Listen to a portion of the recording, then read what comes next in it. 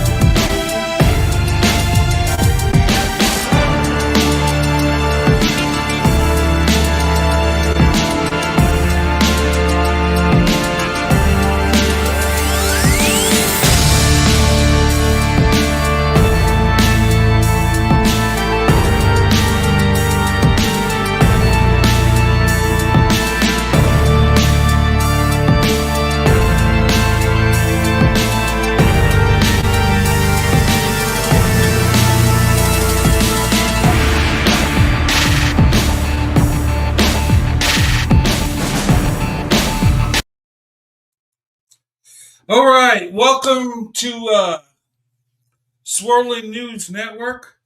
All right, I hope everybody's having a good night. Um, today's news program, it's going to be sad, okay? And this is swirling gone horribly wrong, okay? Then and now, okay? You guys have all seen these swirling gone wrong videos or divestment gone wrong, okay? Well, I'm adding my swirling gone wrong video, okay? And this is going to be a sad uh, newscast tonight, okay? Um, you know, these two couples I'm going to talk about tonight, they took their swirl to investment and, they met tragedy, okay? And it wasn't the couple's fault, it was people that had a problem with the people, their relationship, okay? And people got hurt because of it, okay? Um, this is one of the swirling on wrong videos you will not see unless I show it to you, okay? It, at least from the swirling gone wrong jokers. Okay, all right, you seen my thumbnail? Okay, let me take this down here.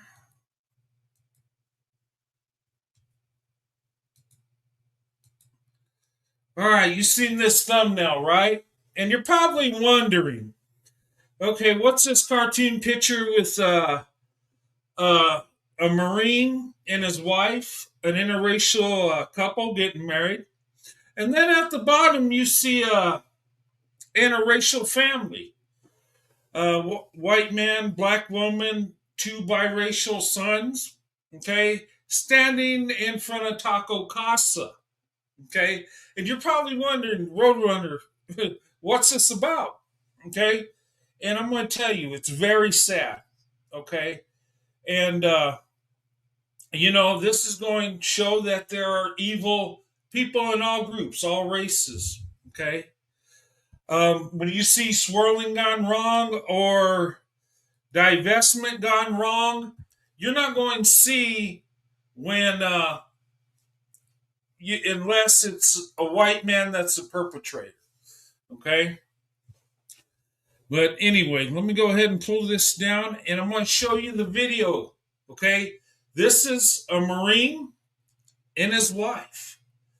Um, Two successful people that found love, found marriage, and found tragedy, okay?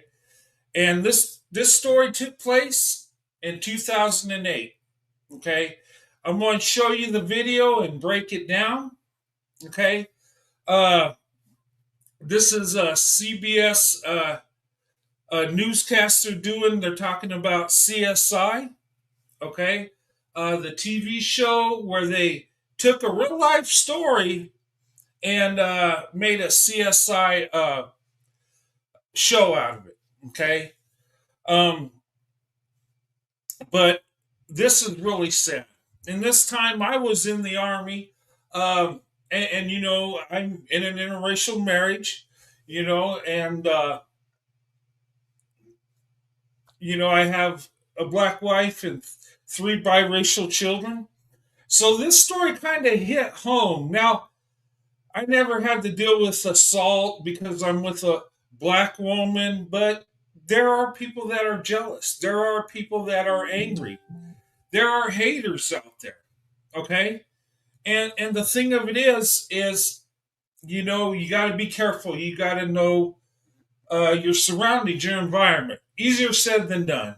But this guy got kind of blindsided because they were, people he knew. Okay? Let me go ahead and run the story here. But before I do, okay, fair use. Fair use. We're going to use these videos for educational purposes. We're going to use it for learning. We're going to use it for news reporting, commentary, okay? And, just show that there's evil people out there. All right? So let me go ahead and pull this down. Hey, J10, good to see you, young lady. All right, let me pull this up. Love affair and brutal Okay. All right, let me get the full screen here.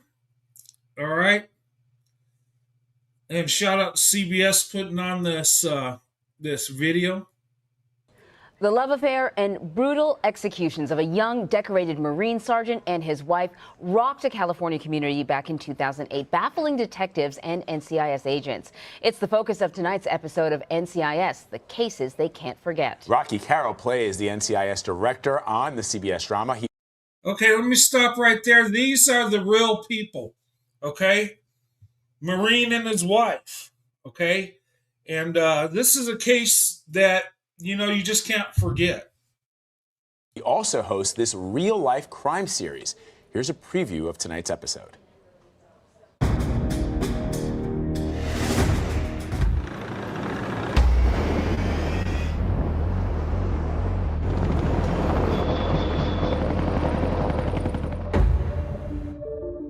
Jan Pieczek was a stellar Marine, the best of the best. Served in Iraq. In 2008, Jan was stationed at Camp Pendleton in California. Everyone called Jan Sergeant P or P. As an NCIS agent, a lot of times we see a lot of dark things.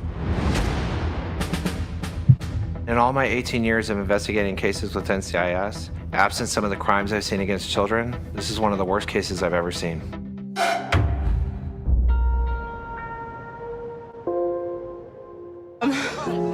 Yannick, I love you. I will love you for the rest of my life. To you, baby. To us. Baby, I love you so much. You have no idea. Jan and Kiana Pieczek were newlyweds. They had just been married in August of 2008. Just unbelievable. You could see that love in their eyes. Eyes cannot lie. They were true loves. They were excited about building their future. They had recently purchased. Okay, you see that these are their wedding videos. They had just been married. Okay, and this is a heartbreaker because these two young people, they're in love, they're successful. You have a Marine serving our great nation, and he went to Iraq and came back, met this young lady, they got married, and two successful people. Okay, and you would think they got the world ahead of them, right? Found love, marriage, and moving forward. Okay, and both their families were okay with their marriage. Both their families, loved the two children or their their children, right? They're adults, but neither one had a problem with the interracial marriage. Their family didn't. Okay, that was the beautiful part, but it's going to get tragic. Let's The continue. house up in French Valley, about 70 miles north of San Diego. Kiana, she wanted to become a doctor. She had been accepted to medical school. Jan, right after 9/11, that was when he had decided that he wanted to become a Marine. He was very proud to be Marine. On October 15th, Jan didn't show up for work. His supervisor couldn't get a hold of him. He also tried to contact Kiana's work. She also had not shown up.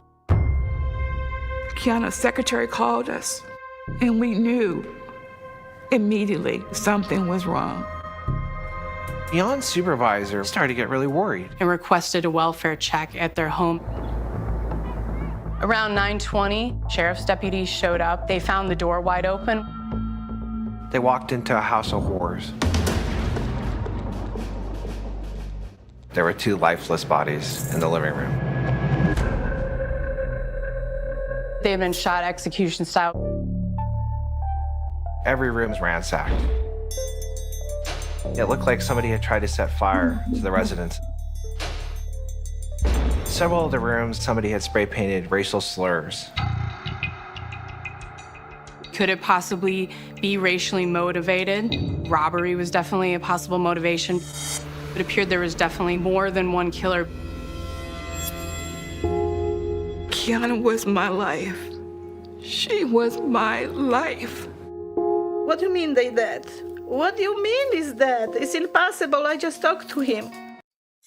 This is, you see the families talking, right? And this is really sad. They lost their children from robbery, hate crime. And I can't even imagine losing a child. That's got to be the biggest heartbreaker, you know, and due to a senseless crime, you know. But I'll continue on. But these are the parents, and you can see the hurt inside, the broken heart. All right, let's continue. Why? What did she do? Why? What did he do? The waves of shock, the horrifying, tragic, sickening news keeps on coming and coming and coming. I wanted to find out who did this, and I was going to make them pay. This case involved torture, greed, anger, and involved double lives. NCS was going to do whatever we needed to do to assist the detectives to hunt down the people that brutally murdered Jan and Kiana. And Rocky Carroll joins us now with more on what we can expect from tonight. Okay, but this young couple was had their life taken, had by a senseless crime. Okay, and what they're talking about, they're doing a CSI, I guess, a show on this case. A lot of times, the NCIS, they'll take real life cases and use that for like a show. They'll change the names up and change it up. They won't use the real names, but they'll use like the scenarios that happen. Okay, and this case was so brutal. Okay, and it was so sad. At first, they tried to make it look like a robbery gone wrong, but it was racially driven. Okay, let me pull up another video on this because I don't think they're showing the perpetrators. But let me play this a little, and I'll pull up another video on this real quick. It's episode. I don't know how much more I can take. You know, it's pretty engrossing, I think. Yeah. So we learned a lot from watching that tease, but what was really interesting about it is as you watch it from the first minute and you continue watching it, it unravels layer by layer like an onion. And I'm guessing there's a lot more layers to this. There are a lot more layers to this. I think one of the, what I enjoy most about it, coming from doing the scripted version of NCIS, is now, in our third season, you get to really follow the emotional arc of the real NCIS agents. These are not actors. These are people who actually worked on these cases. And once these cases are either solved or put away, it still lingers with the agents. I mean, it's in the title. It's the cases they can't forget. So to see their journey, their emotional journey, their connection to the loved ones, the relatives and friends of this murdered couple, it all kind of intertwines. And to watch their journey as the agents is really the thing that's interesting to me. So let's talk a little bit about season 3. Congratulations. Thank you. Obviously, Thank you know, you. it's going well. The stories are incredibly interesting. What's new for season 3? Well, one of the new things with season 3 is we're a little more. I'm a little more of an on-camera presence, a lot more of an on-camera presence this year. The first couple of seasons, I was the narrator, I was the voice behind it, and this year, I think we've established the fact that there is the scripted version of NCIS, and this is the real NCIS. We're talking about the real agents and real cases. Right. So I have the honor of sort of being your host and your tour guide here. So I'm a much more of an on-camera presence. Hopefully that'll give a little bit more of a through line and a little more of a link to the audience to actually come back, have somebody take you into the beginning of the second act, or just sort of be your guide along the way. Because the reason these cases are hard to forget is because they're probably pretty complicated. They're very complicated, and for a 1-hour drama that we do, even though I think we do a pretty good job, you miss so many intricate details. And I think what people love about, now that they've established a relationship with NCIS, the NCIS agents always say to me, we thank you guys, because most people didn't even know what NCIS stood for before this now. So now that they understand what the agency is about, to really get into the nuts and bolts of cases like that, it seems like the fans, they can't get enough of it. Yeah. So. Yeah, and you talk about how the real-life NCIS agents have these cases that they can't forget about. Over the course of 3 years, what has been the 1 or 2 or maybe 3 case that has struck you? Well, there have been several. One of the cases that we used actually on the early episodes of NCIS back in one of the early seasons was about a Marine who was poisoned at sea. He was poisoned by arsenic, but they don't know how the poison got on the boat, and it turned out to be one of the episodes in one of our earlier seasons. This case especially is really baffling and kind of resonates for me, because usually when you get to the heart of the matter, you find out that the person was murdered, that there was some animosity, or it was either about money or something, or something that they had done to someone else. This couple, Jan and Kiana Piacek, were seemingly a very innocent couple. They just got married. They were married only 67 days. Wow. They were brutally murdered in their house at Riverside. So what I take away from it is, sometimes man's inhumanity to man is still astonishes me. That whatever your issue may have been with this person and his wife, the fact that to go in, brutally murder and torture them this way, and then as it unravels, you realize, wow, to go to that length, is just astonishing. You said to us earlier that if somebody had submitted the story that we just watched as a script for the fictional NCIS show, your producers would have been like, this is not. One of our executive producers was like, we're going to need to tweak this a little bit, because I think it's a little too fantastical, because it's got to be. So, and it's true. Sometimes truth is stranger than fiction. But I like the way that this is put together, and how we unravel it. And I think we take the audience on a journey, and hopefully, they'll love it. So. Yeah. Well, we already do. Yeah, definitely sparked an interest. Thank you so much, Rocky. Thank you, Thank you. You can watch tonight's episode. Okay. All right. I'm having a problem with dang YouTube downloader trying to get the other video. But this case, there were 4 Marines involved that unalived the Marine and his wife. And they were people they knew. And the scary thing about it is it wasn't somebody they didn't know. The 4 that unalived the Marine and his wife, they were Marines. They served with him. Okay. He was a sergeant. He was in charge, and I guess a couple of them didn't like him, and they were trouble Marines. But these 4 Marines were going around committing crimes, doing robberies, and they came, to their door, and they didn't expect nothing. And, you know, um, I know this is similar with the Marines and Army. See, I was in the Army and I was a squad leader, platoon sergeant, and I had soldiers come to my house all the time.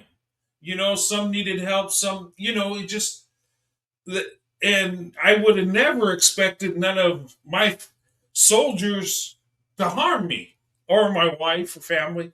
But unfortunately, there were four evil Marines that, unalived them. They essayed his wife in front of him, made him watch, beat him, and then shot them both in the head, execution style.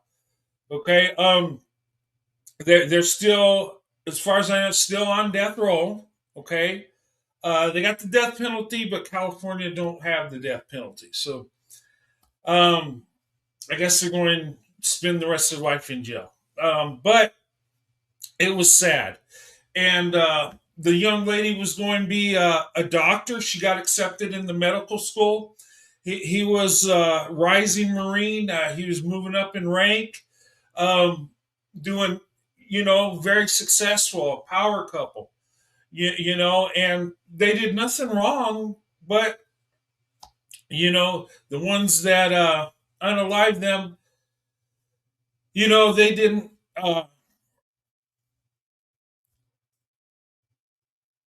They didn't approve of their interracial marriage, and they didn't just go and rob them, but they unalived them. Tried to burn the bodies, tried to cover it up, put racial slurs, like they put "in lover" on the mirror, but it was from four black Marines. Okay, I know when this happened, it was 2008. I was still in the Army. I was towards the end of my career. I retired in 2012. But I remember hearing about this, and it was a sad thing, And, we don't like to hear about stuff like this. But, hatred, jealousy, and racism plays a big part, in this case. Okay. Yeah, that's her name, Sergeant Jan Patrick. Patrick, I don't, and I don't want to butcher their names, but there they are. But two young people, two very successful young people, and you hate to see uh, two young people that got the whole world in front of them, being successful, loving each other. Um, wow, it's sad to watch. It really is. Okay, but there's hate in this world, and I remember back when it happened, people were saying, "Well, he should have watched his back." Well, they're his fellow Marines. I mean, the people you train with, you go to war with, you trust with your life. Um, but there's evil in every group of people, and unfortunately, they took their life, and you know. But this is a case that they tried to, before it was only getting certain coverage, but since it was so brutal and a Marine, and they tried to suppress it and not make it a racial thing. But you know, but what's sad is nobody protested them being unalived. No, nobody raised money that I know of to give to the family. Neither one of them got a golden casket. Um, there wasn't no high lawyers coming in to do this case, except the military lawyers. Um, but it's sad, man. I just wow. But anyway, that's not a story I really want to cover. But you know, just putting it out there, this is a truly case of swirling gone wrong. They did it the right way. They found love, they got married, and they were unalived because, well, they're an interracial couple, and four individuals didn't like the fact. They didn't like him, and they decided to take their life. Okay, and it's sad. It really is. But the swirling gone wrong jokers, the divestment gone wrong, they will never show you a story like this. They're only going to show it when it's a white man doing it. And I'm okay them showing it, but show it, both ways. But anyway. Okay, this next story, okay, it is sad. And this one is a case that happened like 3 months ago in Fort Worth, Texas. And it's horrible. Okay. But I'm going to show it to you. Okay. And let me go. He said he loved me. Okay. All right. Now, this is a Taco Casa employee charged with unaliving his co-worker. Okay? And I'll go ahead and play this video, and then I'll talk a little bit about it. Okay? All right. He said he loved me, and then he said he was coming back. But he didn't. On April 13th, Thomas King went to work at Taco Casa on Bridgewood Drive in Fort Worth. He was last seen there in his work uniform at 10:30 p.m. It's the last time he would be seen alive. This don't make any sense, because every time he go to work, he come right back. King's family says he left work and never made it home. The next day, Fort Worth police say his car was found at a motel in Arlington, and surveillance video showed someone else driving it there after he got off work. By Thursday, homicide detectives had taken over. They identified King's co-worker, 34-year-old Gregory Lewis, as the man seen showing up at the motel in King's car and arrested him on unrelated charges. The next day, King was found dead in a field in East Fort Worth. Police say Lewis admitted to it all. We were able to interview this individual, and the individual did claim and confess to actually murdering our missing person and leaving in his vehicle. King's family said he had an intellectual disability and speech impediment and was bullied at work, including by Lewis. Police believe some sort of confrontation had happened between the two, and they're investigating. But if he would have told me, like, straight up everything, or then when it happened, I wouldn't even let him come back. I would have found a way. Now his family is coming to hold each other up as they grieve. King leaving behind his high school sweetheart and 2 sons. They asked me last night, where is my daddy? And I said he is in heaven. I know they're having a hard time. I don't think they understand what's happening. And I connected to him, and I was in love with him. And they're demanding answers about how he was treated at work. I was devastated because he didn't deserve this, and no one deserves this. I love him and stay strong. Well, Lewis is facing a capital murder charge, and we have reached out to Taco Casa for comment, but have not heard back. Back to you, Peyton.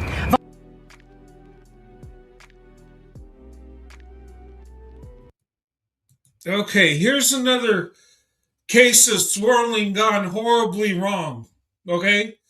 This young man, he married his high school sweetheart. Now, he had a disability, a speech impediment. He was bullied at work, okay? And all he was doing is coming to work and providing for his family. And because he had some disabilities, they thought he was weird and, bullied him. And his coworker, I guess he bullied him so much he shot him, took his life. And the sad thing is because of this senseless crime, you took a husband away from a wife. You took a father away from his 2 sons. The tragedy in this, the hate in this. And for what? And I guess the family didn't know. And the man speaking, I guess that's the father-in-law or maybe her brother. I don't know what his relation is, but it's someone in her family, saying that he wouldn't have let him go if he would have known he was being bullied at work. And And a lot of these cases happen that they're only shown at the local level. Okay, and like I said, nobody protests for Thomas King here, or that young Marine and his wife. Nobody protests for them. There weren't GoFundMe's. There weren't, that I know of. I don't think there was any money raised. I don't think anybody really cared.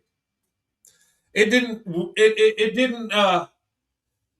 It didn't have the narrative that they want to push. Okay, so it didn't get much coverage, and really news.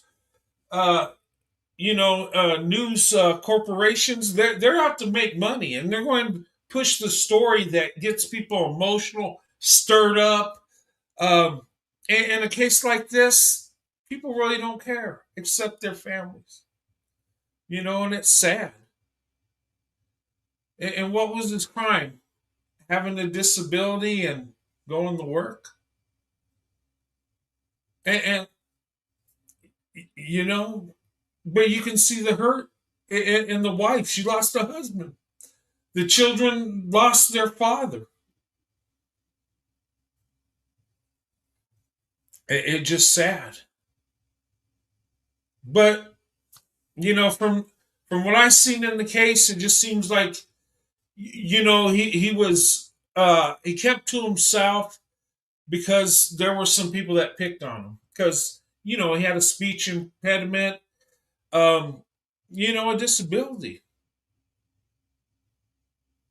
And I don't know what it is that people think someone that has a disability or seems weird to them that it's okay to bully them. And yeah, but it's sad. But when people are talking about racism and all this stuff like this don't get shown. That's like, yeah, it's only at the local level. And swirling gone wrong, divestment gone wrong will never show a story like this. Those jokers don't have no credibility. They don't have enough character to hold all groups accountable. I show this case, but I've shown when the white men did evil to black women. I sure have. But this story never gets shown. They got catalogs of divestment gone wrong. And these dummies think that divestment means interracial relationships, which it don't. But these two white men, they did it the right way. They married the women that they love. This man married her before they had children. They took their swirling to investment.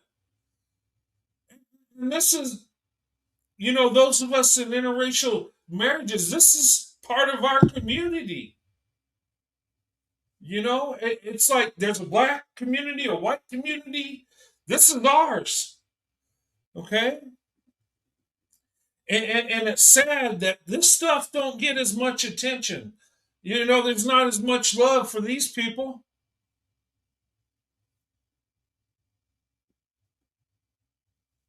But it don't fit the narrative. So we just ignore it. They get the local news, but that's it. I stumbled on this story just surfing YouTube. The young Marine and his black wife, I knew that happened in 2008. Okay? That's a number of years ago. I was still in the Army when, I heard about it. And, but, and then, we see stuff like this. And you guys seen the video of the guy that was on TikTok that said, I showed it last time, that said if you're dating a black woman, you need to, get a firearm. Okay? And I said, I've never felt danger to where I needed a firearm because I got a black wife. But with seeing stuff like this, maybe, but truth be told, I'm packing. I got a concealed carry permit. Darn right. It's not because I have a black white. It's just people are freaking evil. And what's going on in my state, I'll probably make a news reporting of this, is we got road rage going out of control. In the city I used to live in, where I grew up in. People just, they're not arguing and fighting, they're just shooting each other. There's been a number of cases, and it just, people are crazy. Evil, like, I don't know whatever makes anybody think it's okay to take a life, But I don't want anybody to have their life taken. And we shouldn't, regardless of the color. These are human beings. These are good people suffering because of hate.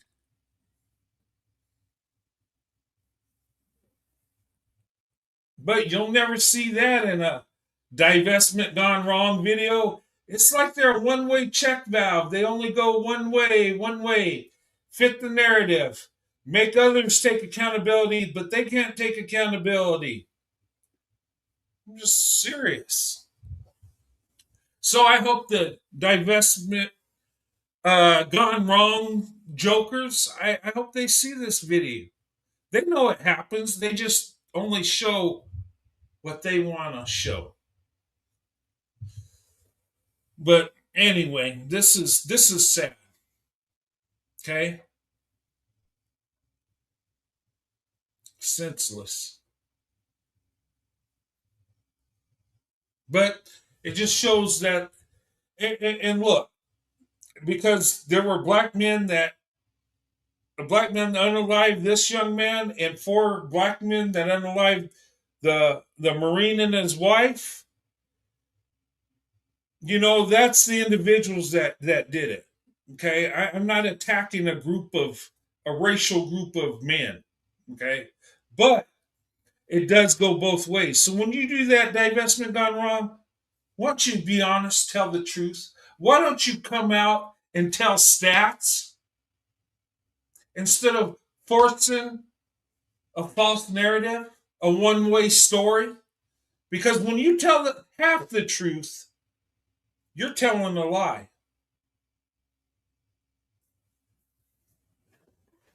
But anyway, sorry about the rant, ladies and gentlemen, but I just felt that needs to be said. Because if we're going to hold one group accountable, we need to hold everybody accountable when they do evil deeds. Do we not?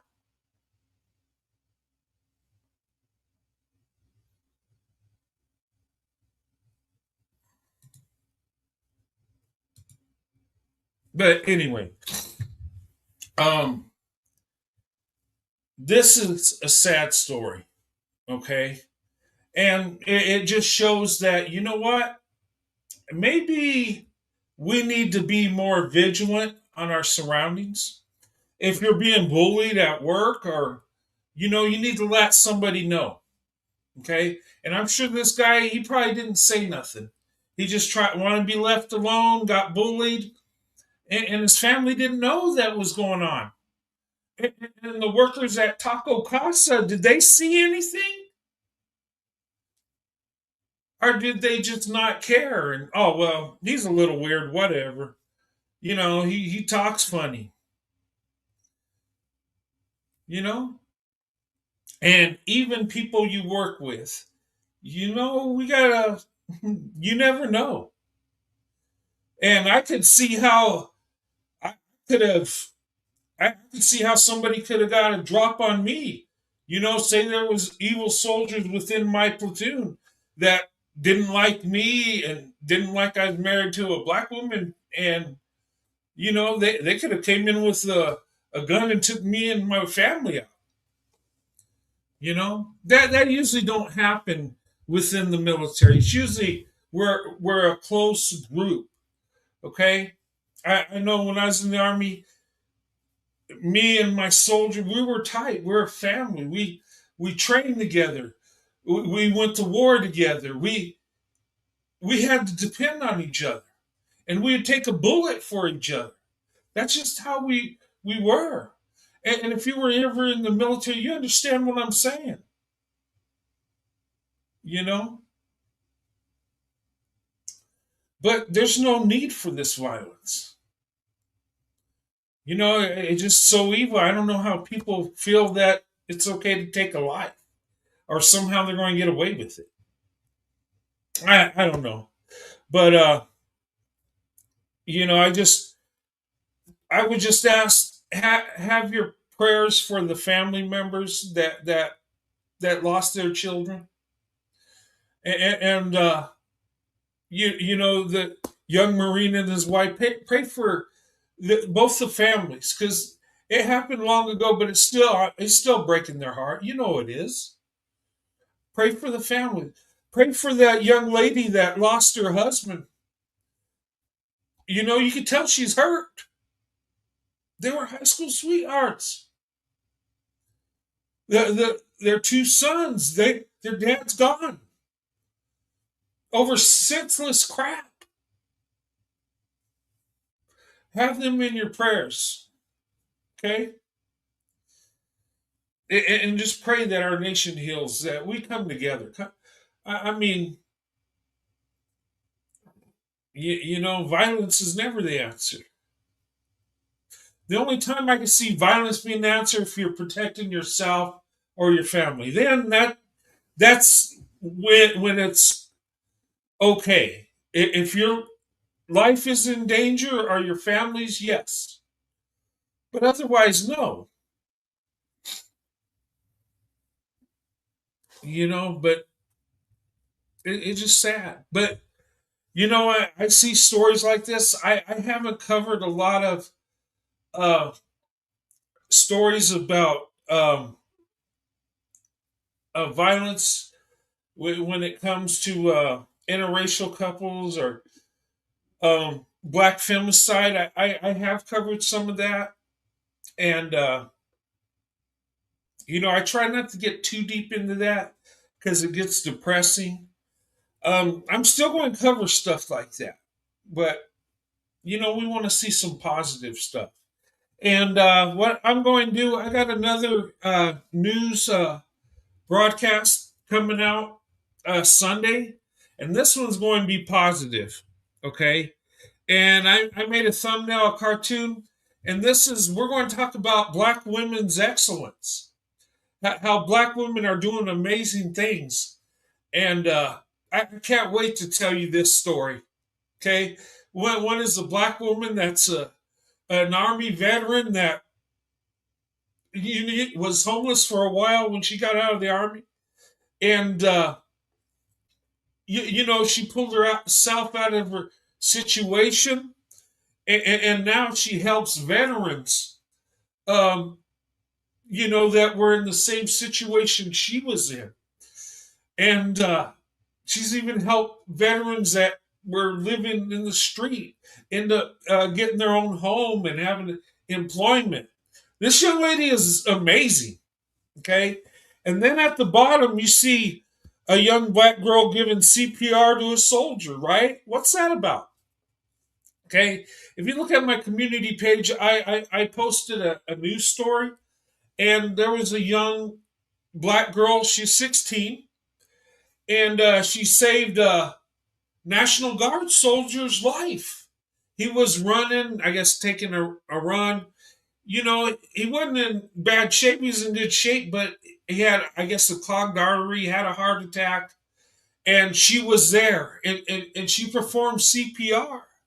And it got a hold of 911, did CPR, and saved this man's life. This happened in Arizona, and you know, I see, and you know, I'm going, you know, cover stories like that too, and I can't wait. This one tonight is sad, but this one is going to be awesome. I'm telling you, you'll love this story. And you know, I go through it and I do some searches, and I'm seeing black women doing amazing things. And I always knew black women were amazing. I mean, I married a black woman. I know, but I'm seeing this in black women in different parts of the country doing amazing things.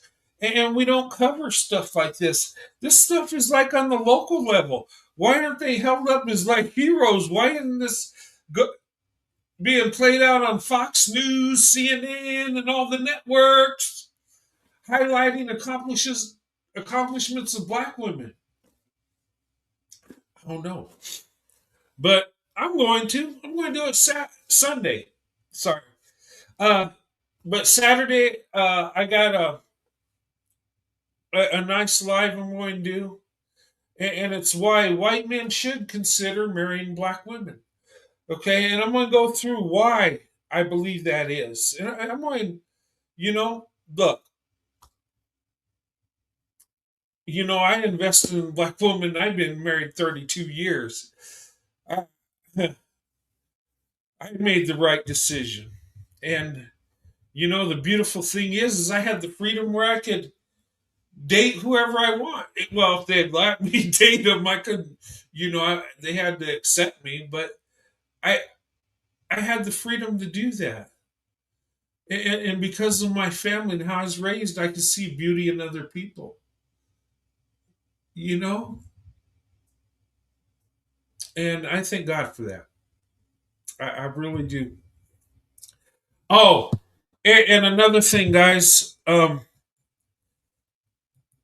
Late September, okay, I'm going to do a news reporting. I'm going to do more of that. When I did a vote, it seems like people want more of that. Okay.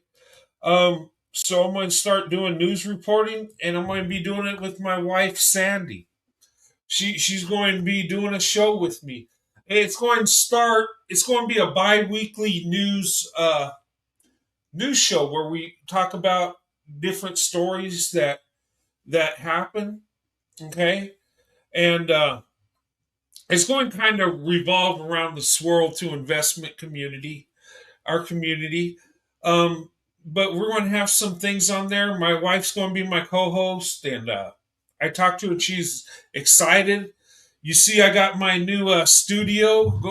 I've upgraded this, and but I got to get some microphones. I'm going to have two microphones. She's going to be next to me, and this desk is pretty big, so we can have two people, and you can see us both. We'll each have our microphone. Um, and I think it's going to be awesome. Um, so she's already talking about getting her wardrobe together and stuff, but this is going to be fun, and but it's going to be every other week.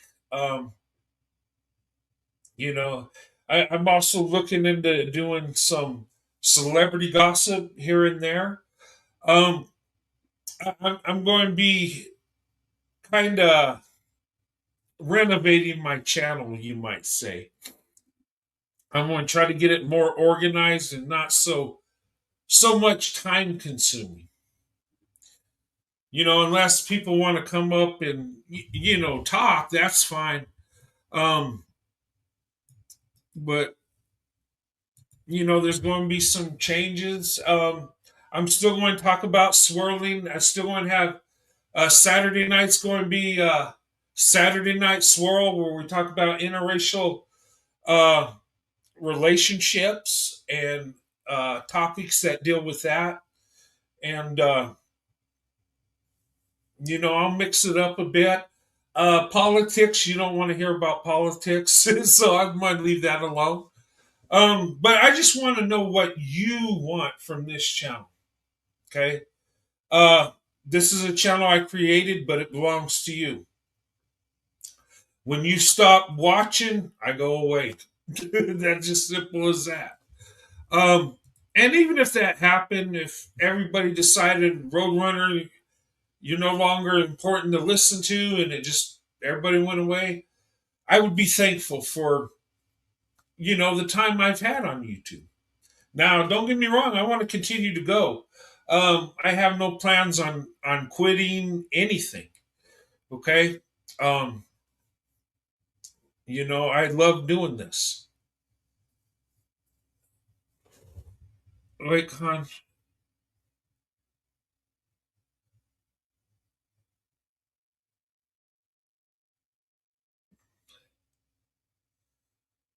Oh, you have? I've seen white content creators that's epic give away hundreds of thousands of dollars to black people in need. He goes around the streets giving away cash,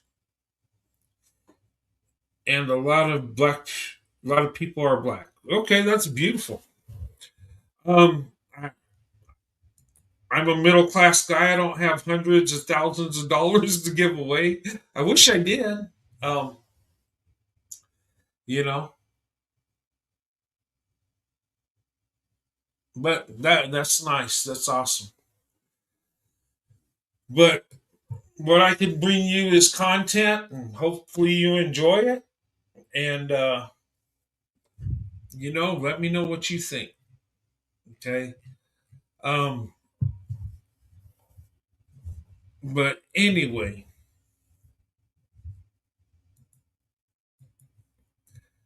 oh. Okay, there I am. I'm back. But yeah, I got some shows coming up, guys. Um, Saturday night we're going to have a good one. I'm going. I have some cartoon characters I'm coming up with, describing people within our sector. You might say, um, not certain individuals, but characteristics. Okay. Um, just to make it a little funny and describe situations. Um, and my thing is look, I want to encourage people to open up your options, go where you're loved, celebrate it. Okay. And if you're one that don't want to open up your options, you don't have to. Okay. But there are people that would love to date interracially and, are attracted to people of different racial groups, and that's okay. You can't help who you love. If somebody makes you feel good, makes you happy. Um, and I've always been attracted to black women because black women have, they make me happy. I've had a good experience with black women. I've been blessed, you know, and you know, and because I never had a thing where I ever thought I was better than anybody or told I had to stay with my own racial group. People did tell me that, but I didn't care. Black women are the best option. Hey, and my life reflects that, and that's okay. And it's not out of hate; it's out of love. And I support anybody that opens up their options, black or white, men, women. That's your life, your choice. Okay, just because I promote black women and white men coming together with love and marriage don't mean I'm against black men and white women finding love. I'm not. Okay.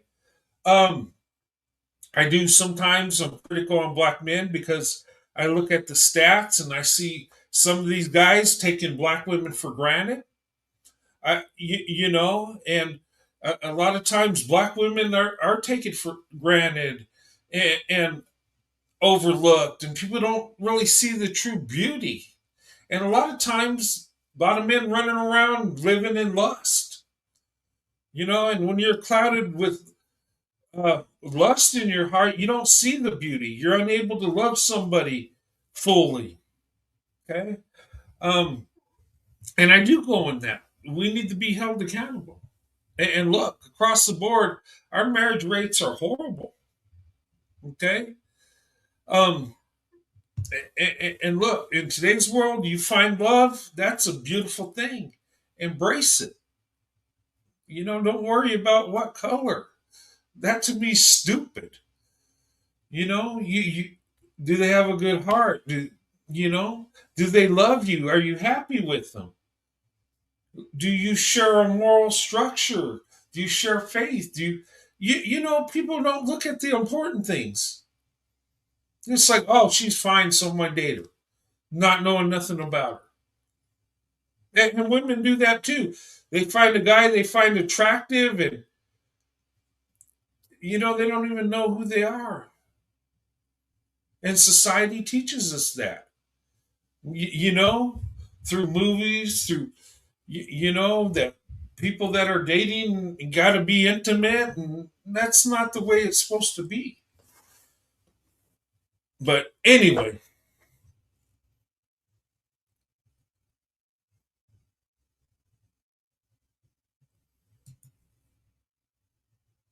awesome. All right. But and that's good, people helping each other. Okay. But it's great to help people in need and give people money if we have it. Um, but we need to start out with just showing people love and respect. Stop trying to separate ourselves. Okay. We already went through segregation. I don't know why people would ever want to go back to that. That don't make sense. Anyway, but you see these stories, don't let it get to you, okay? There's interracial couples that live fully lives without nobody doing anything to them, okay? Just sometimes some people run into evil people, do evil things. It is sad, but sometimes, and we don't know how much time we have on the earth. We're not promised tomorrow, so make the best of your life today. Okay? Because you can be in a store and somebody shoots up the place. Life is too short for hate. Life is too short to be living segregated from people. That's stupid. Okay? Anyway. But I hope you guys enjoyed the show tonight. Um, you know, and heck, I might even make a video tonight. I just got the urge to make videos and do shows. And this is the one I didn't want to do. This is the one I felt I had to do. Okay? Because when we look at swirling gone wrong, you can look it up on the internet. Our divestment gone wrong. All you're going to see is white men doing evil things. And that's it. You won't see it the other way around. But it don't feed the narrative. And the truth is there's evil in all groups of people. And instead of, protecting our little group, tell the truth. Yeah, that's right, Color Gal. Yeah, they love to fearmonger black women, to scare them. Okay? And if you look at the stats, when it comes to black femicide, 93% of the men that commit black femicide are black men. About 7% are white. White and Hispanic, Asian is kind of mixed in. So white men aren't the majority doing that. And it makes sense because mostly black women are with black men. Okay? But we got to know the truth. And there's a campaign out there to try to put fear in black women, to stop them, to keep them away from white men. Like it's crazy. There's people out there, you can see them trying to stop it or vilify it. harassing black women, calling them bed wenches because they're with a white man or married to a white man, or calling them sellouts, telling them they're no longer black. I mean, I've seen it online. I've seen it in real life. And crazy thing is, I've been called a racist for marrying a black woman, being accused of colonizing a black woman. I've been told this crazy stuff. My wife's been told she's a sellout and a racist because she's with me. Yeah, bedwench is their favorite word. I mean, what, black women can't love other men? I mean, and crazy thing is, black men are the statistically date and marry out more than any other group of men. Do you know that? The biggest swirlers are black men. They lead the way in the swirl world. I'm telling you. And hey, that's okay. Look, my advice, just do it the right way. Take that swirl to investment. Do it for love, not for an experience. Unless you want the love and marriage family experience, that's the experience I was looking for. Finding a good wife, having children, having a house.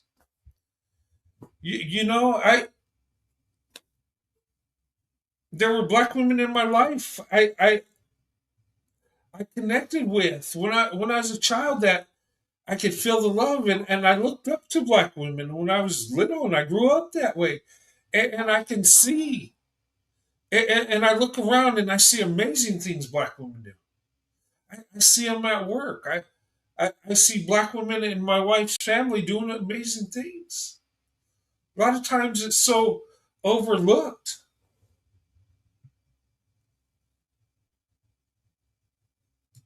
Yeah, right. And they use that word. That's for what? Because, and here's the thing. Only 26% of black women are married. A lot of black men aren't marrying black women. And it blows my mind. If you're not going to marry a black woman, why would you be mad at a man like me that loves black women and marries a black woman? I married my wife. I took that responsibility. I provided for my wife. I protect my wife. I love my wife. And and I tell you, boyfriends she had are real winners. Never got married, lived, having children out of wedlock. I mean,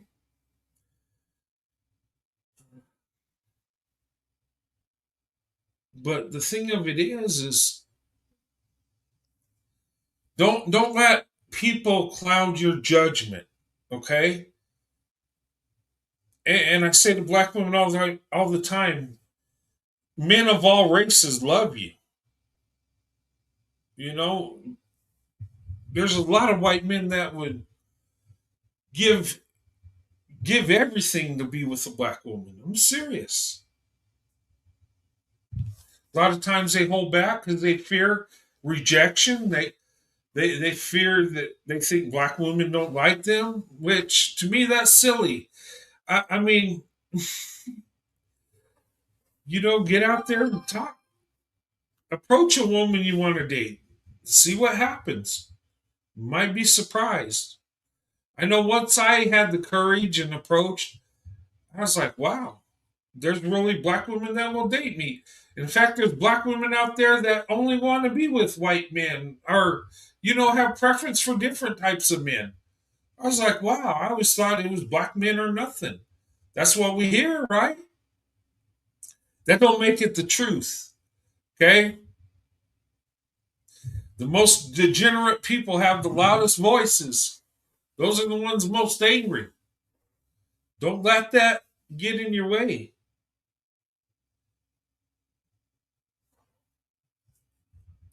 Honestly, they want black women to be single mothers. It appears that's what they want because they're not marrying the black woman, but they'll sleep with them, but they don't want the white man to get her. Oh my God. Can't have that. Got to be down for the cause. Got to wait for them. And I think black women are, getting tired of waiting for that, the man to come through. And I think they're getting tired and they're looking at other groups of men. And they should. And I'm telling you, white men need to open up their options because they're missing out on an amazing blessing. And some people think I'm crazy. Oh, you just say that because you're married to a black woman. Well, yeah. Why am I married to a black woman? I grew up in a state where only 2 to 3% of the population is black. I had to search for the black woman. And tell me, doing this in the 80s and 90s? Come on. In a state where there's not a lot of black people in? I mean, in the neighborhood I grew up in, there were black people there, sure, not a lot.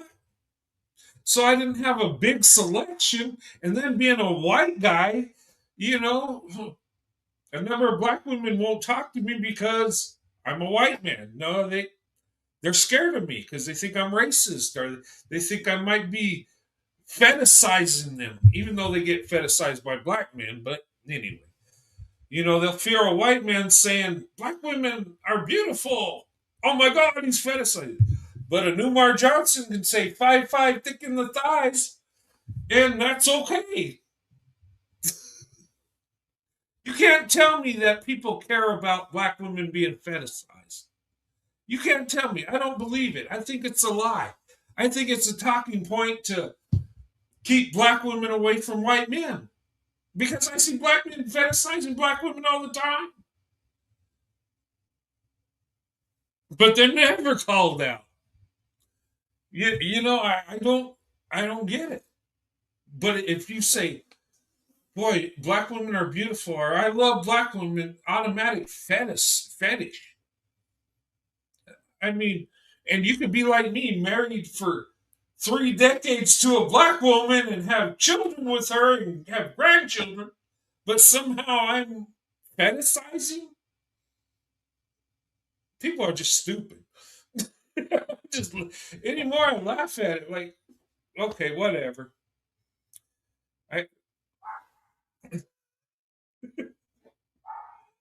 They don't want nobody else to have you. That is true. Okay, and that's sad. And why is that? Jealousy? And it blows my mind. Why would they feel that way when most black women want to be with a black man? You would think they'd be happy, and black women outnumber them, but they're going to get mad because a white man gets one black woman. I mean, come on. That to me is just dumb.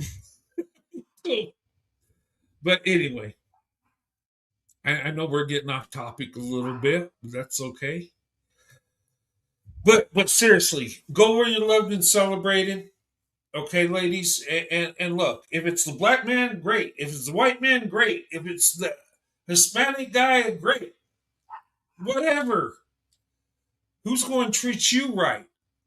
Who's going to love you the way you should be loved? Who's going to provide and protect you? Who's going to be there for you? Who's going to love you in all areas and not just desire you? And look, there are white men that fetish black women. There are. Okay? But a lot of us just love black women.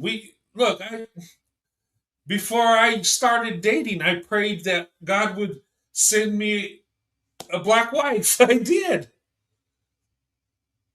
And you know what? And he did. And I've been blessed. You know,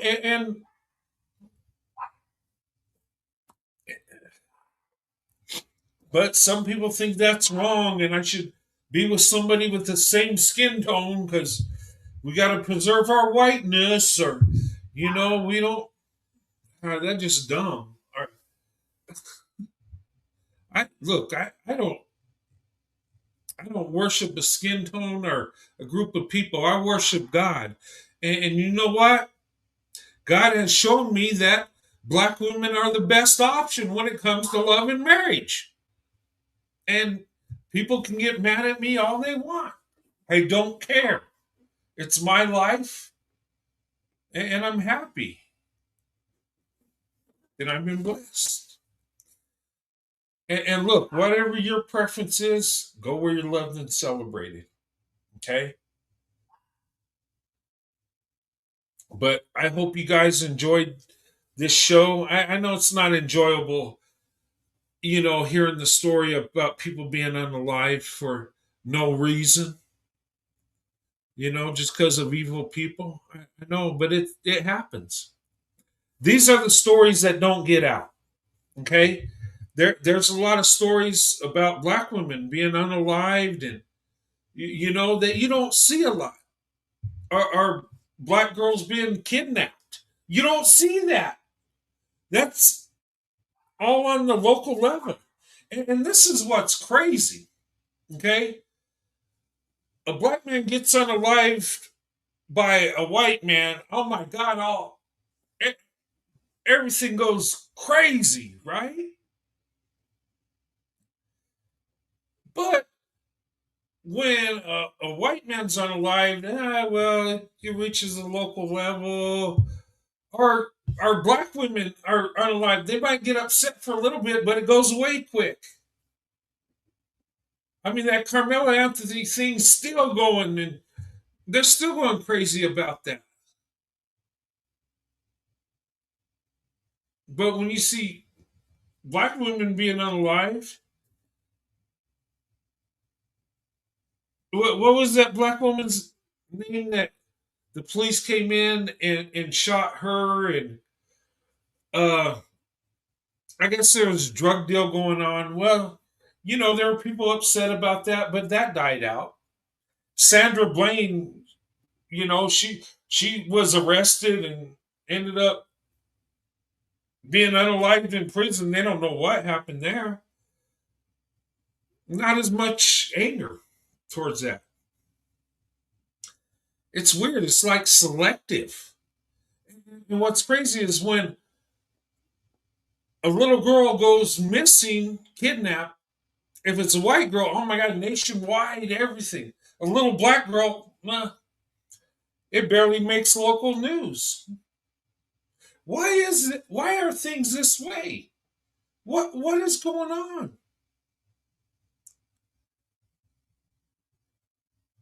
I mean, would they report this equally? I would think if someone's kidnapped, that should make national news. We should be alerting the whole nation of it, right?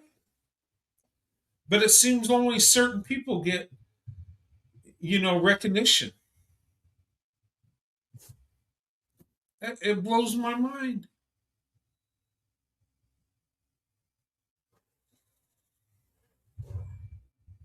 Because nobody cares about us. I care about you.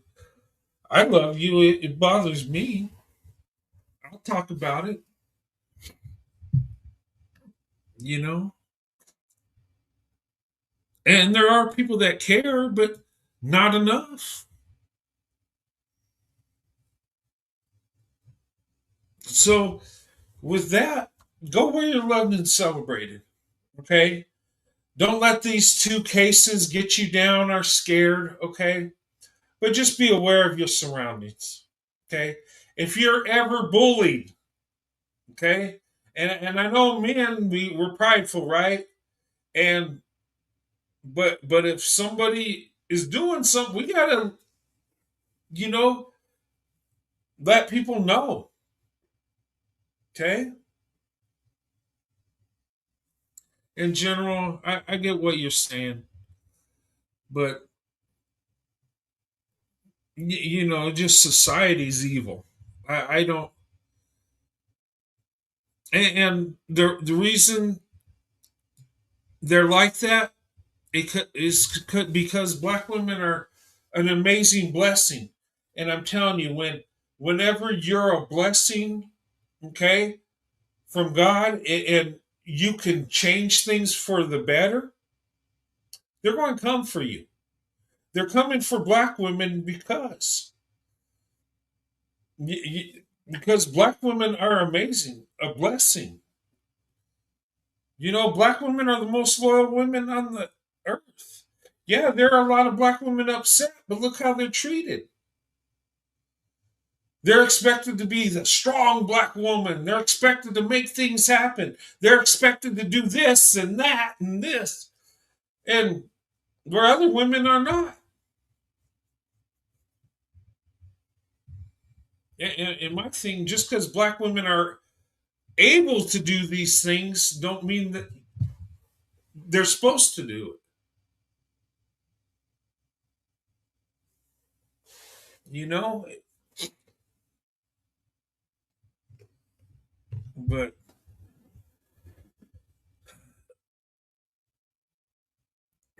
we're expected to be the whipping boy. Well, welcome to the club because we're kind of in that too. Um,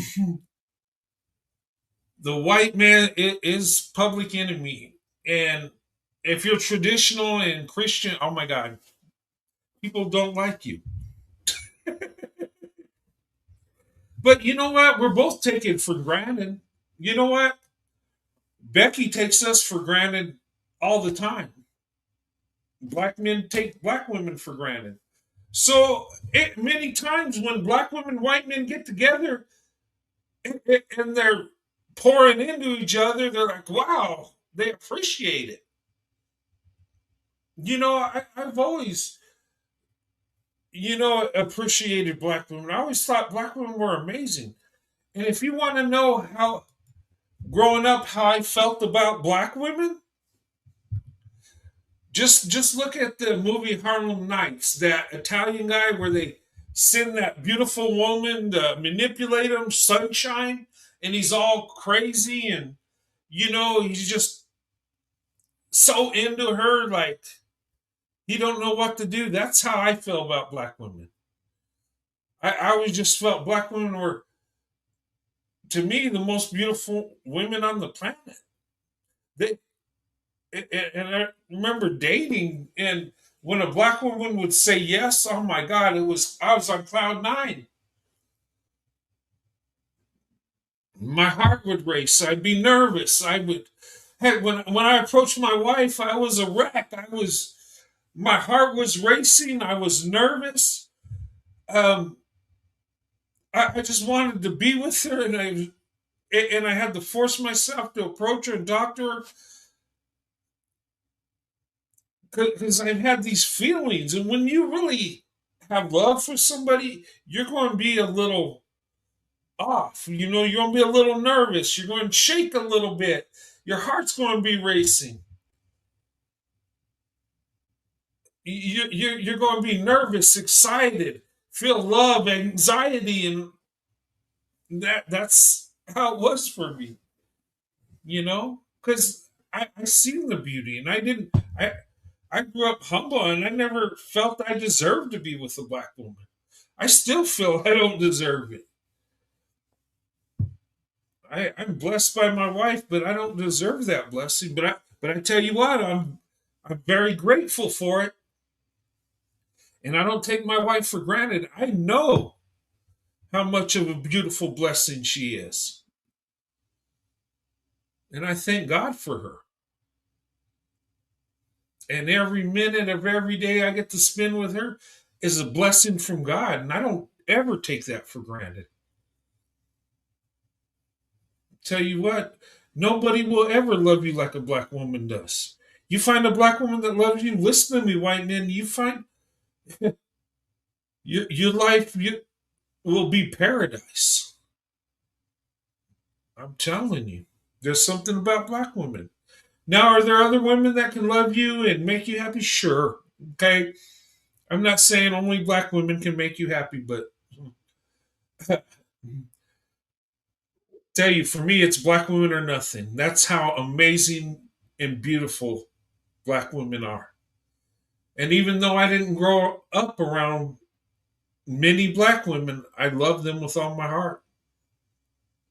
That's how amazing black women are. When your eyes are open and you see the true beauty, huh, once a black woman touches your heart, it belongs to her forever. And once you go black, you don't go black. You know how they say that? Well, I don't know how it is with white women to black men, but I tell you what, with us white men, we're not going back. We don't want to. We found our blessing. But anyway, enough of that. I've gotten off the news program, speaking my feelings and stuff. But guys, I love you guys. Ladies, be careful out there. Okay? Okay, be vigilant. Okay? Black women, be vigilant. White men, okay, be vigilant when you're with black women. Because there still is hatred, there still is racism. Okay? Know your surroundings. I'm not telling you carry a gun and live in fear and oh my God. No, just common sense. Okay? I'm always packing, but hey, crazy things going on in this world. And I got, people out there that do not like me at all. That, who knows? The stuff I talk about, a lot of people don't like. And you know what? Hopefully it never happens, but some crazy weirdo might come for me. You never know. But I don't go around living in fear. I live my life. And I say what I want to say. Okay? And people don't like it, I don't care. I'm going to show love towards black women because black women have shown love towards me. And have been an amazing blessing to me. And because of that, I have an amazing wife today. Okay? But anyway, enough. You got me talking about my wife. Come on. But anyway, guys, I'm going to go ahead and close this show. But look, join me Saturday night. I'm going to do early shows like tonight. Saturday, 5:15. Okay? Well, that's Mountain Time. 7:15 Eastern. Okay? Look at my page. I put the times posted. Sunday, I'm going to do a show about 4 o'clock Eastern Time. But I will post it and break it down, all the way from Eastern Time to Pacific. I'll have Eastern, Central, Mountain, Pacific. Whatever time zone you're in, look for that time. Okay? And keep an eye out for any videos I drop. Like I said, I'm going to do some revamping on my channel. I'm going to put some videos on private. I'm not getting rid of no videos. But I got so much videos and live streams. I want to cut it down to where, keep the popular stuff up, the stuff that's not so popular. Maybe the ones I made people angry. I'm going to do newer videos. You're going to see different stuff. I'm going to redo my intros. Okay. My news shows, when I do my news shows starting late September, I'm going to have my wife co-hosting those shows. Okay. And And I think it'll be fun to have my wife talking to, and get her perspective. Um, and maybe I'll have her on different shows too. But all my videos with me and my wife, I'm always going to keep those up. Okay. Um, if you ever want to see my old stuff, just let me know. Email. If I put it on private, I'll give you the link to let you watch it or whatever. But I just got so much stuff. I've been doing this for 5 years of videos, and when I started, I was going hard and heavy, and lately I kind of calmed down and kind of got away from it a little bit. Okay, but I'm doing some renovations to this channel. I'm going to try to make it more structured shows so you know what to expect. My videos, I'm going to try to make them more pinpointed, and try not to just come out here and tell you how I feel. Okay, that stuff's great, and it worked in the beginning, but sometimes you get tired of me saying the same thing all over. That I love my wife, I'm blessed, and black women are the greatest women ever. I mean, I'll say that all night, but you know.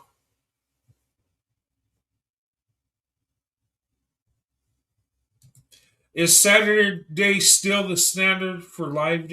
Yes, yes. J10, Saturday night that's the plan every week. Okay. My plan is to do what I call Saturday Night Swirl, where we talk about interracial love, marriage, and things that relate to that. That's going to be Saturdays, every Saturday. Okay.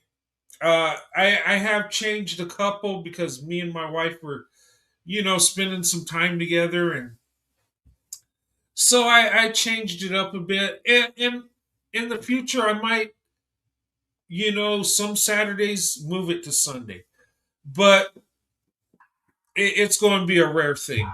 Mostly Saturday night's going to be my weekly show. Okay, Saturday Night Swirl is every Saturday night.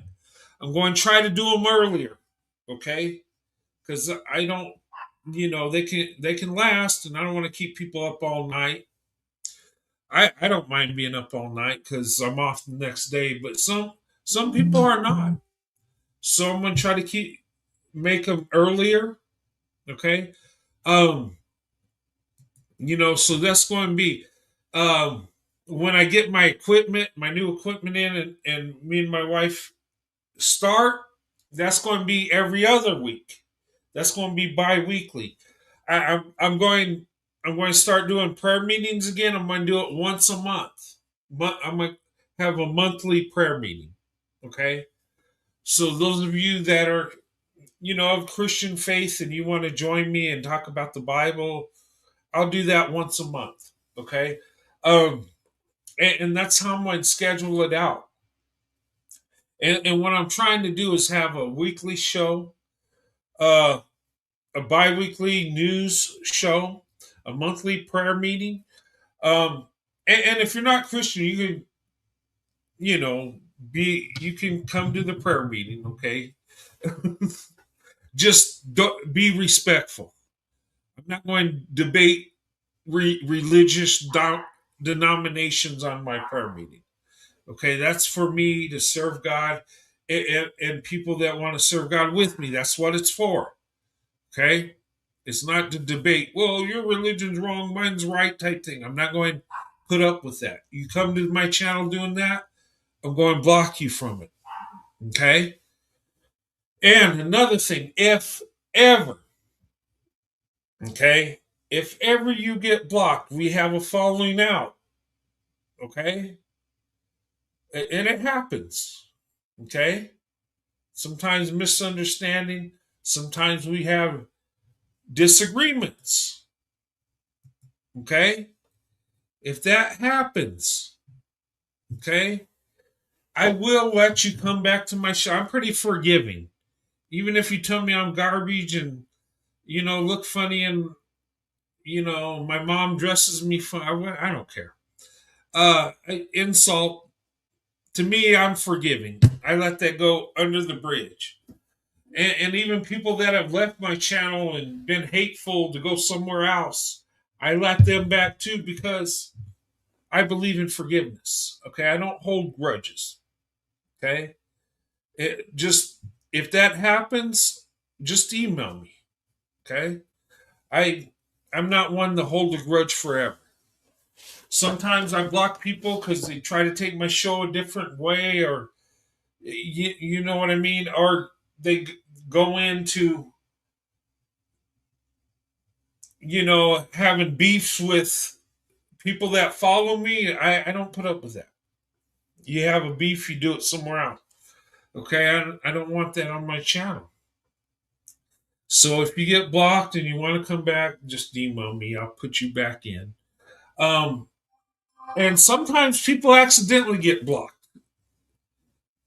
And sometimes I've had my mods accidentally block people. They'll email me, hey, I blocked this person. I'm sorry, I didn't mean to. Things happen. Okay? So I want you to know that. Now, if you insult my wife, you're done forever. Okay? There's no coming back from that. Okay? My wife is off limits. Me, yeah, you say whatever you want about me. I will forgive you. I don't believe in holding grudges. Sometimes we just disagree. That's okay. And if you want to come back, that's fine. I just want you to know I don't hold grudges, and I don't just cancel people out. That's not me. Okay? If I feel you're a threat to my channel, I will block you. Okay? It's not personal. But, this is about Swirl to Investment. Okay? But anyway, if you got ideas for shows, let me know. And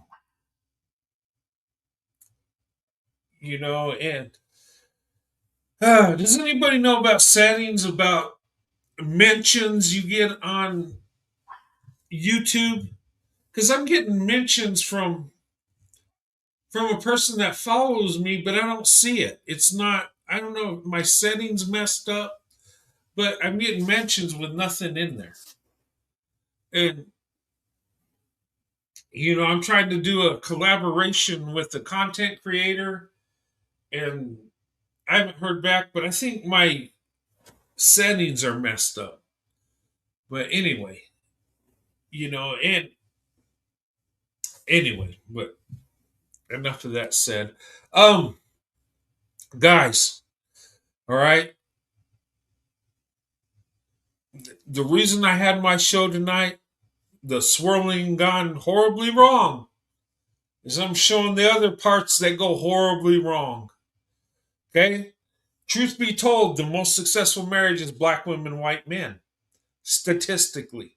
That remains true today. It's not just in the past. I know they say, well, that's old news and you're telling old stuff. No, it's still that way today. We still lead the way. And you don't like it? Tough. Do better. Okay, that's my attitude on that. But anyway, I'm going to go ahead and close this. Meet me Saturday night. Okay, we're going early Saturday. Okay? 7:15 Eastern Time. 8:15 Central. No, sorry. 7:15 Eastern Time. 6:15 Central. 5:15 Mountain Time. 4:15 Pacific. Okay, it's posted on my community page. Okay? But but I got some things, exciting things I want to do. I want to get my wife more involved, and she's really interested in the news reporting. But it's going to be bi-weekly. And like I said, so I can plan this out, make the shows the best I can. The Saturday Night Swirls weekly, because I can talk about interracial relationships, dating, marriage, till the cows come home. it's easy for me to pull out stuff on that. News reporting, I got to look for the news stories. So that's why that's bi-weekly. Prayer meeting, I got to put together a message. Well, I don't have to, but I want to. Okay, and get scriptures together and put out a positive message. Someone do that monthly. Okay, and the reason I'm spreading it out so I don't get overwhelmed. Oh my God, I got to talk about this. Oh, there's a show today, tomorrow, and oh my God. Okay, I'm doing a lot this week, but I have stuff planned out. Okay, so I'll be on Saturday and Sunday. Okay, and that Sunday show is going to be beautiful. We're going to talk. It's going to be a positive news story. We're going to talk about amazing things Black women do. Okay, and how they're impacting the community, impacting our nation, our country. Okay, making our nation, our country great. Black women are a big part of that. Black women are that hidden treasure. Black women are the group of women that a lot of times are taken for granted. And in my opinion, Black women are taken for granted because Black women are so amazing that men in their community expect it because they're used to it. But us white men, we're not used to that. Becky ain't over comforting us, and she shouldn't. But when we do receive love from Black women, we do appreciate. We do. I know I do. Oh my God. Okay. And there's so much and when I look out and I see people, I see Black women out there, and I see other groups of men that love Black women that would be good husbands. There's blessings out there I see, but you got to do it smartly. Have your standards, ladies. Okay, I know that's easier said than done. Okay, but remember, you are the treasure. You're the prize. Okay.